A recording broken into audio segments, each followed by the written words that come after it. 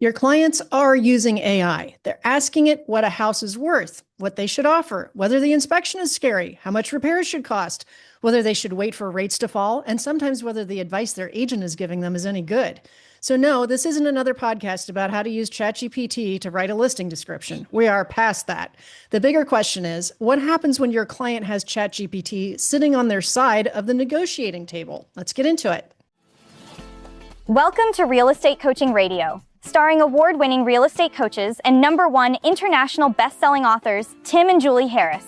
This is the #1 daily radio show for realtors looking for a no BS authentic real-time coaching experience. What's really working in today's market, how to generate more leads, make more money, and have more time for what you love in your life. And now your hosts, Tim and Julie Harris. All right, so your next competitor isn't another realtor, it's AI. This is a topic that is seemingly similar to like other topics on the show, and it's similar but not the same. Why? AI will not stop changing. Damn it.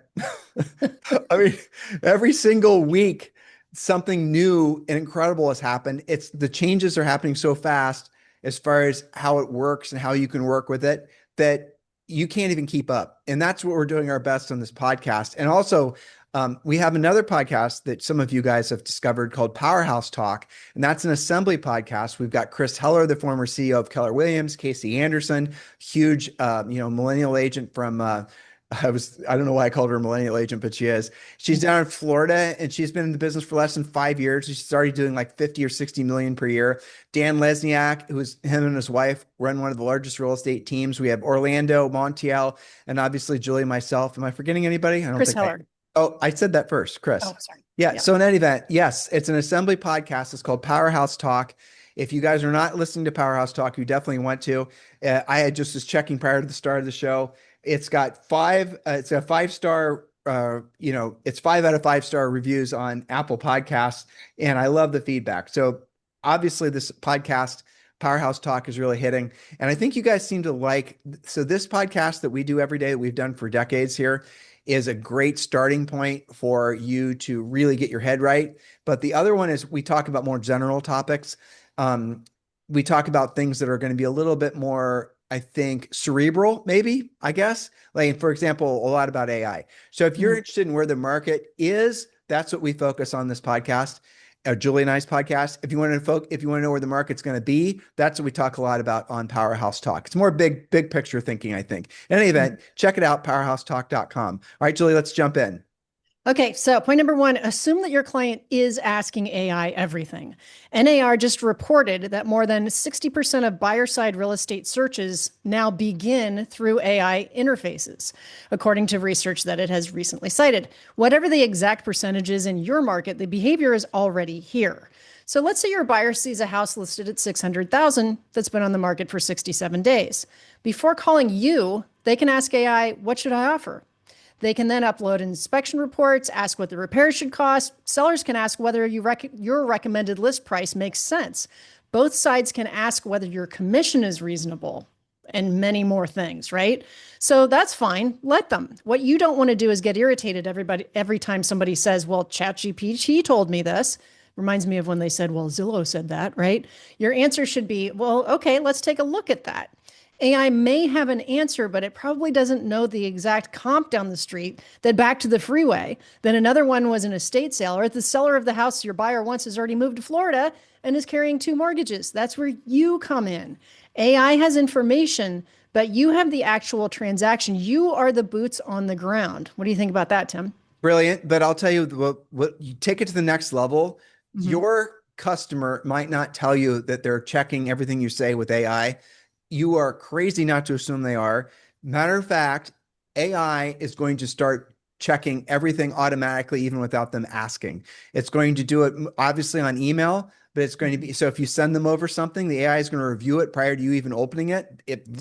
People are using AI to peruse their emails now, but it's going to go to the extent where it's going to start listening to conversations, and it's going to start coaching and mentoring and fact checking in real time. That's where it's all going.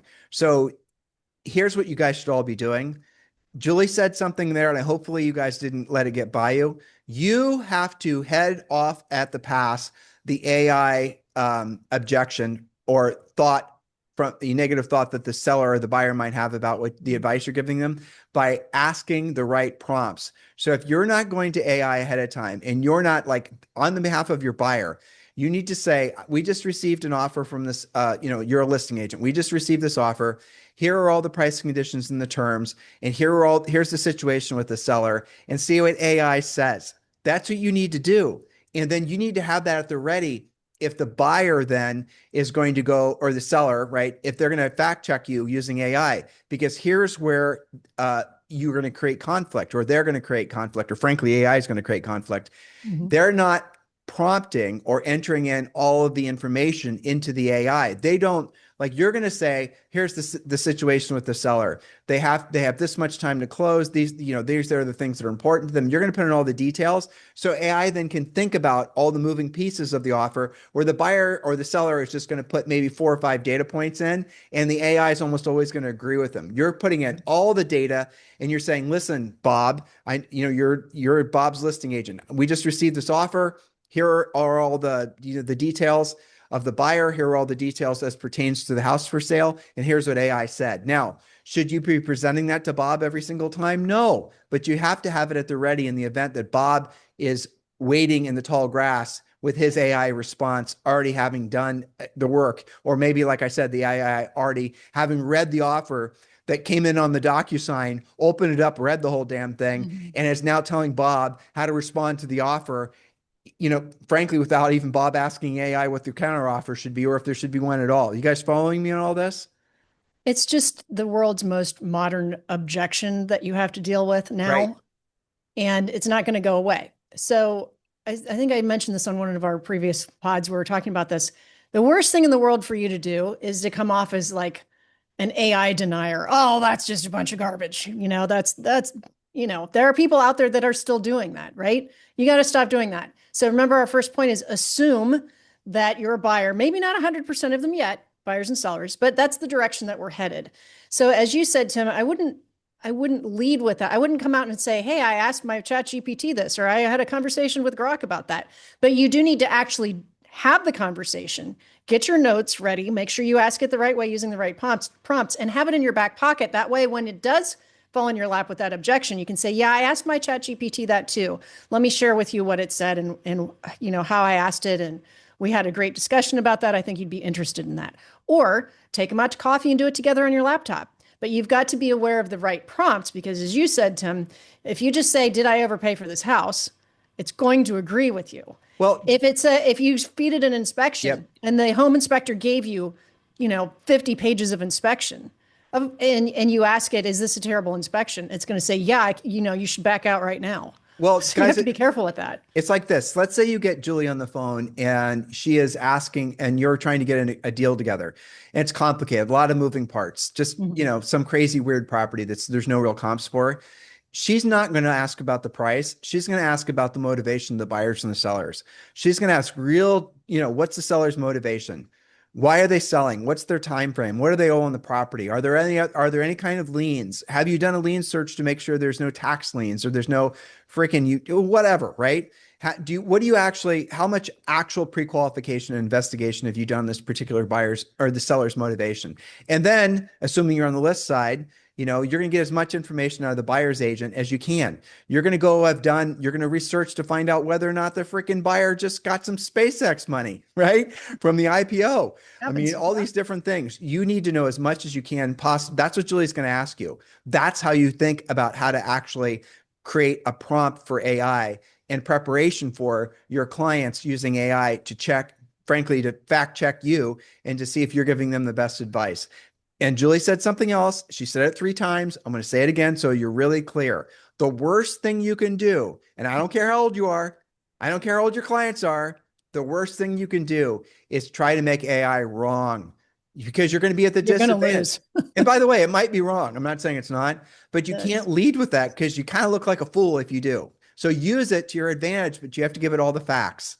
And by the way, you might have been thinking about negotiating a contract a certain way, enter all the facts and the figures, the quirks and the features of the offer, the quirks and the features of the buyers and the sellers into AI, and it could come up with an absolutely killer kick-ass negotiation strategy for you that you wouldn't have otherwise thought of. Yes, think of it in a positive light. Err on the side of it helping you, but you do have to be careful. AI can make mistakes. So, for example, let's say that I'm getting ready to present a market analysis. If I just say, where should I price this house? It's probably going to do an okay job using public information. But if I ask it to help me price this property and pull information from this site, and this site, and to take into consideration that that field that's next to the house is going to be a new data center and employ 100,000 people. I don't know. I'm making up whatever. And take into consideration that the other three comps that are on this street are in a less desirable neighborhood because it's not the same school district. I'm going to give it more to work on than just throw a comp at me, because what it's going to err on the side of is pulling out from, realtor.com, Redfin, Zillow, whatever. It's going to do an automatic calculation of cost per square foot, and it's going to be an okay price, but it's not going to take into consideration the things that you're going to give it as an experienced real estate professional. Now, what you can do is take that conversation, have the back and forth, tell your AI the other things that it should be considering, turn that into a PDF or an email. You can say, okay, I would like my buyer to see this, or my seller to see this conversation, taking into consideration all these facts, and have that. You don't have to send it, but you can have it in your back pocket if the AI objection comes up, right? And by doing that, you're also showing that it's not just about, okay, I can just go ask Grok what the house is worth. Well, you could, but are you going to have all of the, the boots on the ground things that you, the professional agent, know about because you've shown 5,000 properties, right? And you know the difference between this floor plan and that floor plan, and difference between a 1993 house and one that was built only 3 years ago. Well, and I point could number go on, two, but yeah, I know. Well, the thing sorry. that we're hoping you guys are understanding is if your value, point number two, if your value is just information, you're cooked because Yeah. the information game is lost. Super intelligence, AGI, ASI, whatever you want to call it, is going to make information, high level information, ubiquitous. It's going to have virtually no value. If you are like, I mean, that's it. We don't need to belabor that point. So Yeah. where you're going to come in is as the buyer and seller or whisperer. You're going to, because you're a human and you have intuition and you know their, quirks and their features of their personalities. That's going to be the thing that AI is not going to be able to, use because it's not human. That's where your advantage is going to be. So here are all the facts and the figures, but what you don't know, AI, are about the, emotional dissonance of the particular seller in this situation because they got this thing going on with their cat, stuff like that. So, Right. I mean, those are the types of things that are going to, that's where the new game is going to be won. It's not going to be won on the information war. And in the past, if your value was, I provide better CMAs, I provide more of this, that, and the other things, Or data. that's no value anymore. It's none, right? I mean, look, on this podcast, you guys listen, you'll say you listen for the information, and I believe that's true. But the reason that you primarily listen is for the human connection. That's why. Because the way this information and the way, hopefully you'll agree, the way we deliver the information makes you feel optimistic and makes you feel excited, makes you feel, all the things that you should be feeling to become more successful. That's the reason that people connect, period. Not just with our show, but connect with you. They'll long forget about, and this has always been true, they'll long forget about what you said. They won't forget about how you made them feel. See where we're going with all this? Welcome to the new world. Augmented agent via AI. Point number three, Julie. Okay, I think we talked about this a lot, but point Yeah. number three is don't argue with ChatGPT. Or Pressure whatever. test it instead. Yeah. Or we're using Chat as an example, but whatever the AI is. So, you've already decided, we've convinced you hopefully, that you're not going to convince them that AI is stupid and they shouldn't use it. You're going to use it. You're the professional helping them use it correctly. And sometimes AI might not point out something that you missed. You're trying to get your client to the right decision for them, not winning a trivia contest and getting into it about, all this AI conversation. It's just another tool. And it's not that different than when they said the Zestimate is this. It's a similar argument to some of those things.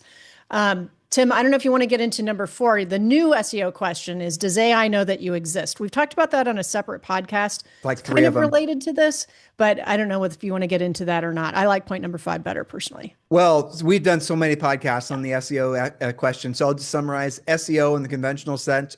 Google and all the rest of it is dead. Not dead, but more or less on its way. you guys got to be focusing on and you listen to all these big heads saying, well, how do you get high placement in AI search? They're saying the same crap that they did for SEO. They're wrong. Well, it's more reviews and things like that. I'll tell you guys the two things I know for sure. And because you can look when you ask AI a question, who's the best agent, whatever, or I'm thinking about selling my house, you look to see and all the AIs do this. You can see it pops up really fast where the websites are that it's searching. It's not a freaking mystery to find out where the hell you want to have your information. I'll tell you where it goes. And I'm not sure this is a great idea. All the AIs love Reddit, okay, for whatever reason. So you maybe want to have a Reddit post that's a series of posts that are focused on your micro market and getting a house sold in those markets, because it's going, and again, the riches have always been in the niches, but now it's the niches within the niches is where the riches are. So the more you drill down, so you're going to sell in New Albany, Ohio, just focus on New Albany Country Club. And if you want to even be drilled down more than that, focus on 3 of the neighborhoods in New Albany Country Club. And that's where you're going to be able to build some AI search results. Number 2 is Google Business Profile. That's another area you guys should be focusing on. How do you go and build your Google Business Profile? You go to Claude. You ask Claude to search your business profile, assuming you have one. Then you ask Claude to make recommendations of what needs to be fixed.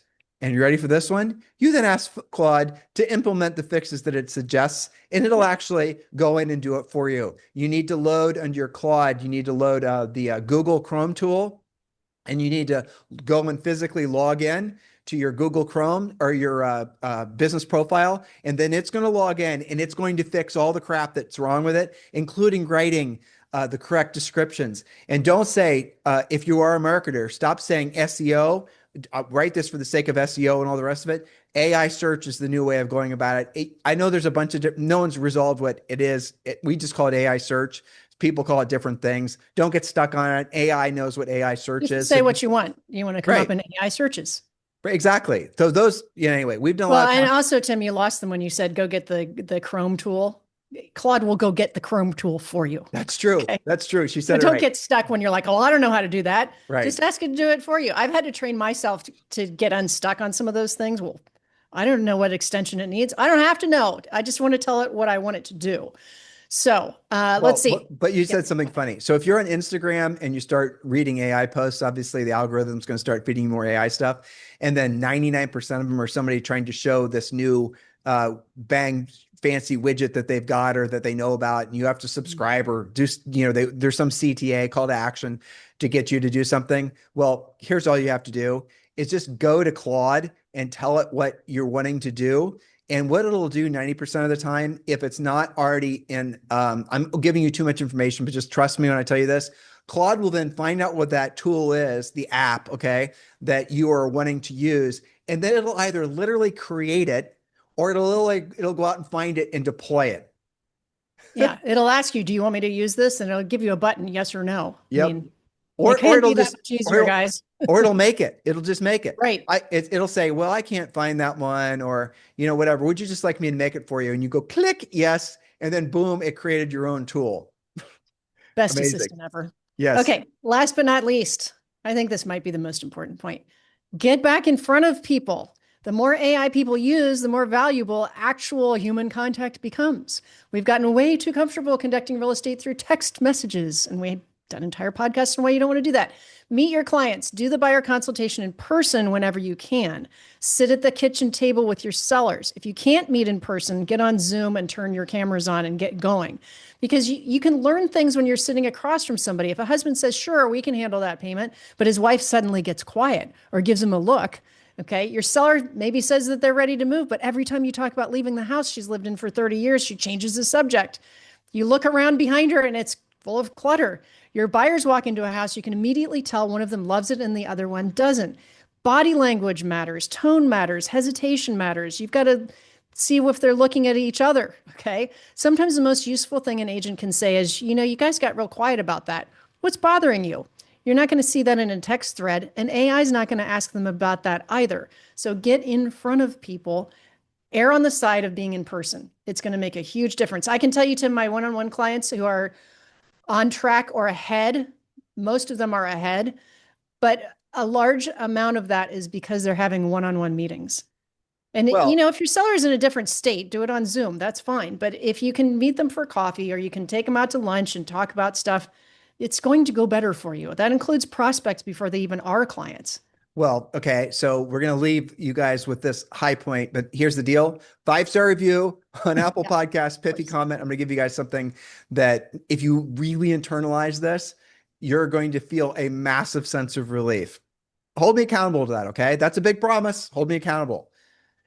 We've been sharing this, guys, with you forever. And if you're a regular listener, you've heard this. I want you to really internalize it.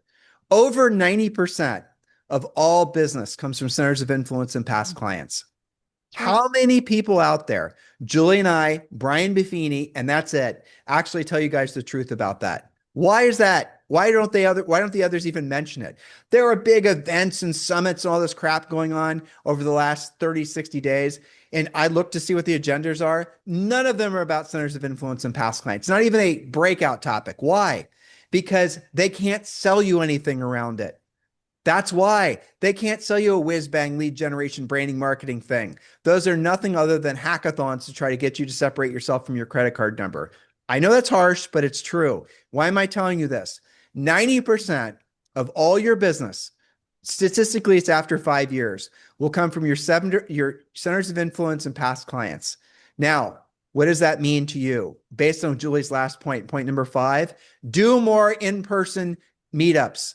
Go to the gym, get out of your house, step away from the screen, go to where other humans are. The agents that are going to have the advantage always, but will definitely have the advantage in the future, are ones that are worried less about their online presence, less about their marketing and their branding, less about their TikToking and their instant followers and their blah, blah, blah, more about how many actual people did I have contact with today.